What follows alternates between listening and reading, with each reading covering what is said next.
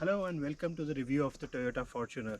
Now typically I start my reviews by driving the car straight away, but there is something I wanted to share with you before.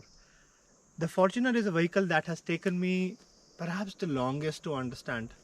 My opinion of the Fortuner over the past 5-6 days has gone from absolutely hating it to understanding it, and now like realizing what the Fortuner actually stands for. And the reason behind this is we typically drive a monocoque SUV or a sedan as our daily drives. So understanding a body on frame SUV, especially the ones like Fortuner, understanding how they drive, how the weight transfer works in curves. So that has been that has taken a while for me, and now I understand the Fortuner much better. Now I understand why so many people buy the Fortuner in the first place. So with that said, let's get started.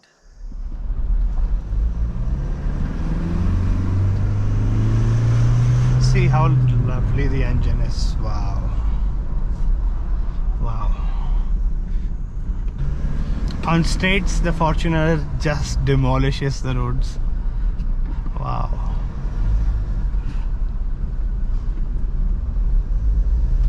Look at this. And this is not even the power mode. This is the regular normal mode. Eco is too dull.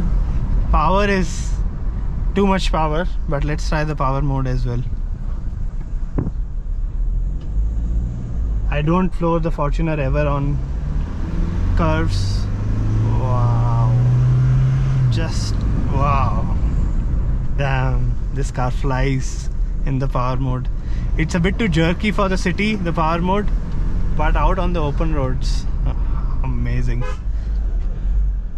So driving the Fortuner over these corners, what you realize is it takes a while for you to get used to the weight of the vehicle and the weight transfer of the vehicle. The Fortuner is a big machine and it feels so, unlike let's say the Endeavour or other big SUVs which tend to shrink around you once you start driving them. Not the Fortuner. The Fortuner is huge and it feels huge. And if you are a person that likes that huge big vehicle feel, you would enjoy the Fortuner for sure. And the biggest realization I've had is the best way to enjoy the Fortuner is to drive it at 8/10ths and not 10/10ths or even 9/10ths. That way you'll be very comfortable in the Fortuner. You'll be able to cover long distances at a reasonable pace, and you'll enjoy yourself as well. The Fortuner is not a vehicle that is comfortable with aggressive inputs or heavy weight transfers, especially if the vehicle is loaded. You don't want to push the Fortuner very hard. It starts feeling uncomfortable and out of its comfort zone.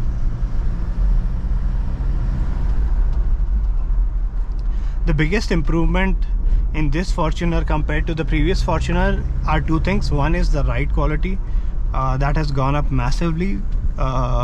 Still it's not at Endeavour levels, but it's a major improvement. To those folks who say the old and the new Fortuner ride almost the same, I'd like to disagree. I feel there is a huge difference between the two vehicles.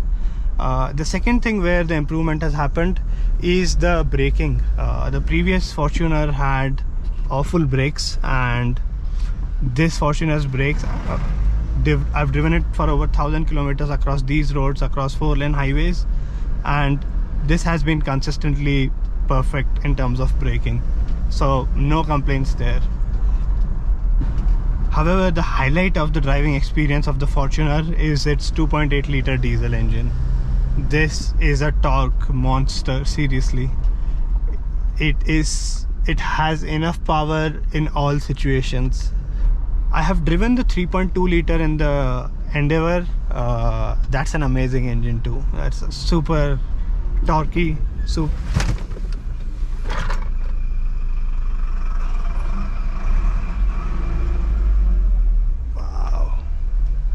Wow, that was tight. All my equipment has fallen down.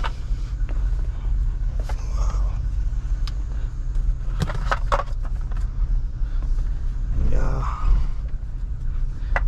that's the thing. Too much pitch with the Fortuner. I'll perhaps leave them there because they're safer there. than on the seat. So yes, comparing the 2.8 liter of the Fortuner to the 3.2 of the Endeavour, I'd say both of them are amazing engines. They have a lot of torque, super fun to drive. Where I feel the difference is that in the city, I feel the engine of the Fortuner feels a little bit more quicker and better on its feet basically than the Endeavour. But out on the highway, once the roads open up, the Endeavour's engine it packs serious punch. And the other bit about it is the Endeavour has a much freer revving engine. So Fortuner 3,500 RPM, it's done. With the Endeavour, you can easily take it to the red line, and there is power in the top end as well. So out on the highway, I would say that the Endeavour's 3.2 is slightly better, but still, like, both of them are amazing engines. Like, you wouldn't complain with either of these two. I've also driven the 2.2 Endeavour. I haven't driven the new 2 liter Endeavour though. The 2.2 definitely doesn't feel as powerful as this one. I know, like, comparisons with the Endeavour aren't as relevant in today's world because Ford is no longer in India for all practical purposes. But if you're planning to buy used, like, both of them are great machines. Like, and I'll tell you the journey I've had with the Fortuner. Like, I always felt that the Endeavour is head and shoulders above the Fortuner, and this judgment was based on driving the Endeavour over long distances and only being able to spend 2-3 kilometers on a test drive of the Fortuner. So which is why I never posted the review of the Fortuner, because I strongly believe that for you to understand a vehicle, you need to spend at least like 500,000 kilometers with it, at least 6-7 days to understand what the vehicle is. And there are so many people who put in their heart and soul building a machine, so many crores of money spent. So what you can do at least is to spend time understanding the vehicle before putting a review of it. So which is why every review I put, like, I should have at least driven the vehicle 500 kilometers or 5-7 days, have owned it for 5-7 days, and then I press the record button. Otherwise, it's just an opinion, it's not a thorough review.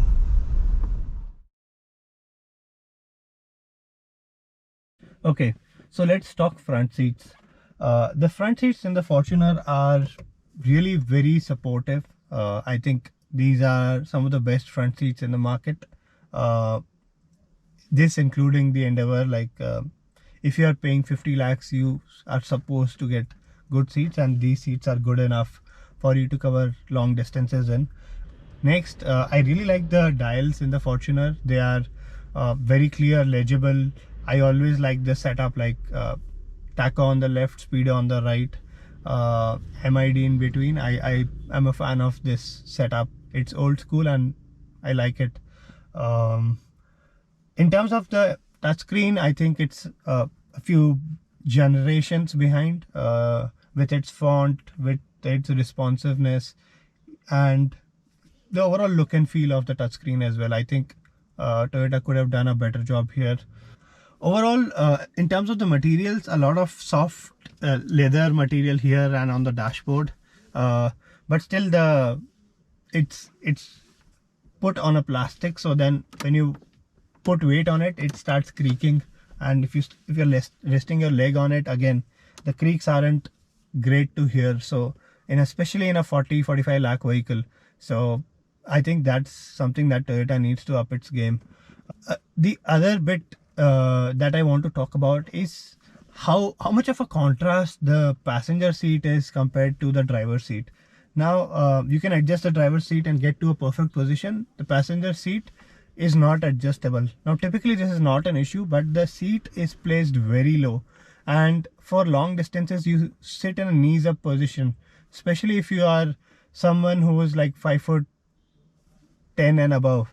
So the front passenger seats, I really don't know why they are set so low, and they are very uncomfortable over long distances. Okay, so let's talk rear seats. As you can see, if I sit behind myself, and for reference, I'm 5'11". I have a quite comfortable position and enough knee room and headroom.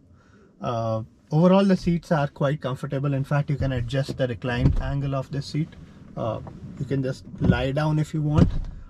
So this is great for covering long distances. The other good piece is that you get a really nice view out from here, so you can enjoy being driven around. And I think majority of the Fortuner owners are chauffeur driven, so I understand why they would buy the Fortuner, because the seats are actually very comfortable. I don't know why they left out the front passenger seat, but the rear seats are actually quite good. You have a center armrest as well. Nothing fancy here, just a retractable glass holder, that's it. One thing that is a little bit strange to me is how the roof feels. Like there are cutouts for your headroom at certain places, but it's very uneven. I think it looks a bit odd, to be honest, and this is done mainly because of these roof AC vents. I think this is something it could have done without. The last thing that I want to cover is the controls for the AC here. You get a readout for the temperature and the fan speed as well. So this is a good piece here in the Fortuner. Okay, so let's talk about the third row. Now if I pull this seat back and set it to a comfortable enough recline for the passenger in the second row, as you can see, I don't have enough knee room, and I sit in a knees up position with no under thigh support. So not a great place for someone who is taller than 5'8", 9. But for shorter adults or kids, this might be okay. A better way to organize this place is to shift here, and I'll just move the camera to the other side. Now I've pushed this seat slightly forward so that the second row passenger has enough knee room, and even I'm comfortable here in the third row. And the best part about the Fortuner is you can recline these seats, so you can find a really comfortable position for yourself in the Fortuner. And in fact, like with the seat set as it is right now, I think I can even spend an hour and a half here in the third row. So still not great under thigh support, but still you could spend enough time here in the third row of the Fortuner.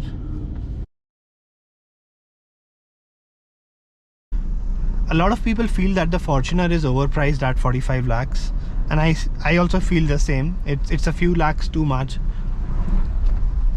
but still, like, another way to view the Fortuner is it's a solution for your family transport for the next 10 years.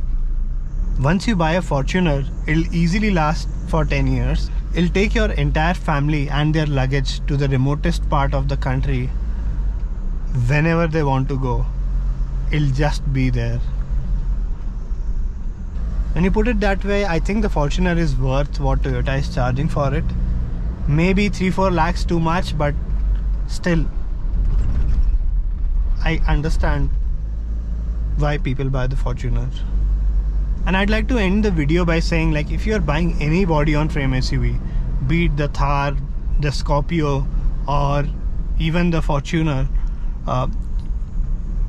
you need to give it a little bit time to understand a body on frame SUV, especially if you're driving a sedan as your daily driver, or a monocoque SUV, or even a hatchback. The characteristic of a body on frame SUV is very different, and you wouldn't like it in the first test drive itself. It takes a while to understand it, but it is definitely manageable. People complaining about too much roll on a body on frame SUV, they need to spend some more time with it to understand how the weight dynamics work. If you are evaluating them, take it on multiple test drive and over long durations.